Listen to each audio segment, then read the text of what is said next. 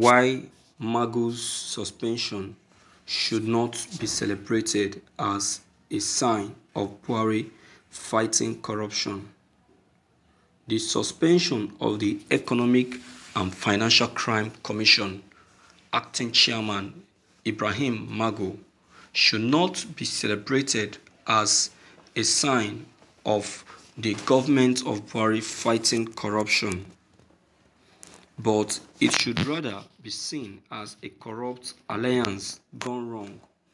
For the EFCC chairman is being liquidated for his unwillingness to bend to the Attorney General Malami over a yet-to-be-known real issue. Hence, the wrath of the cabal has to be brought upon Magu. The true story will be known as time goes on and as events unfold, but then Magu was a deeply corrupt EFCC boss. No doubt, Magu is a deep corrupt, and it is a good thing to see him being exposed for what he is. But the man is just one of the many corrupt lords in the current government who do whatever they like in stealing government's money and extorting people unchecked. As long as they please the cabal, that be recalled that the Bukola Saraki-led Senate had assessed Magu as a misfit for the job of the EFCC boss. But the Buhari's government insisted on Magu. When the Senate refused to confirm him, Buhari kept Magu in an action capacity forever, which is now seeming to come to an end. Throughout the Buhari's first term, Magu published unbelievable figures as money recovered from corrupt politicians. Even when there was no court judgment to that effect, the EFCC under Magu claimed it recovered hundreds of billions, which were never accounted for till date. For instance, Magu in November 2017 had claimed that the EFCC recovered about 739 billion within 2 years, but in February 2018, Magu again claimed that as much as 500 billion was recovered in 2017 alone. Unfortunately, the then Finance Minister Kemi Adeosun faulted Magu's claim when she revealed that her office only have the account of 91.3 billion naira as money allegedly recovered by the EFCC. She went further to say that the EFCC records were in contrast to the records of the Accountant General on the same issue. This was a clear indication that Magu and the agency he held were coven of corruption. But the Buhari's government yet kept Magu as it sees no wrong in this. Instead, it was Adeosun who was asked to resign over an NYSC exemption issue. Again, while standing before the Senate during his confirmation hearing, when Magu was asked to tell the nation how much money had been recovered by the EFCC, Magu, the acting chairman of the EFCC, boldly said he didn't know. This was so absurd in that if Magu doesn't know how much has been recovered, how then did the agency come about the figure it was quoting in the media? The Senate declined his confirmation, yet the Buhari's government kept him. In an acting capacity, maybe he was servicing the power that be so well that made him to be kept. Despite these glaring abnormalities, now With a change of arrangement in the villa by the death of Abakari, Magu may have fallen out with the power that be. Hence, his current ordeal, which is good for Nigeria, as good as this may be in review, the thievery nature of Magu and his cohort. At the end of the day, the next EFCC chairman will continue the looting spree, because since Nuhu Rebadu till date, the EFCC has always been a channel of corruption and extortion.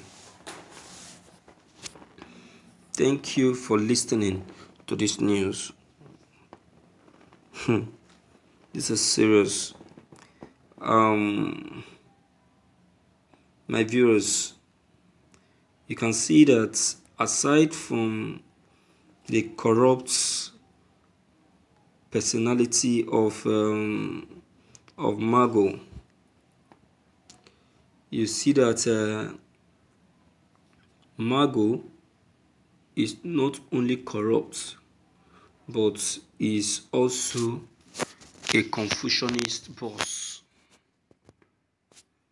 Yeah, he's a Confucianist boss, because if you check it very well, you will see that most of the records he has been producing since he was in office, since he ascended to office, most of those records has been a foul records, has been a wrong records, has been a deceitful records, to the extent that those records has to affect a minister in office.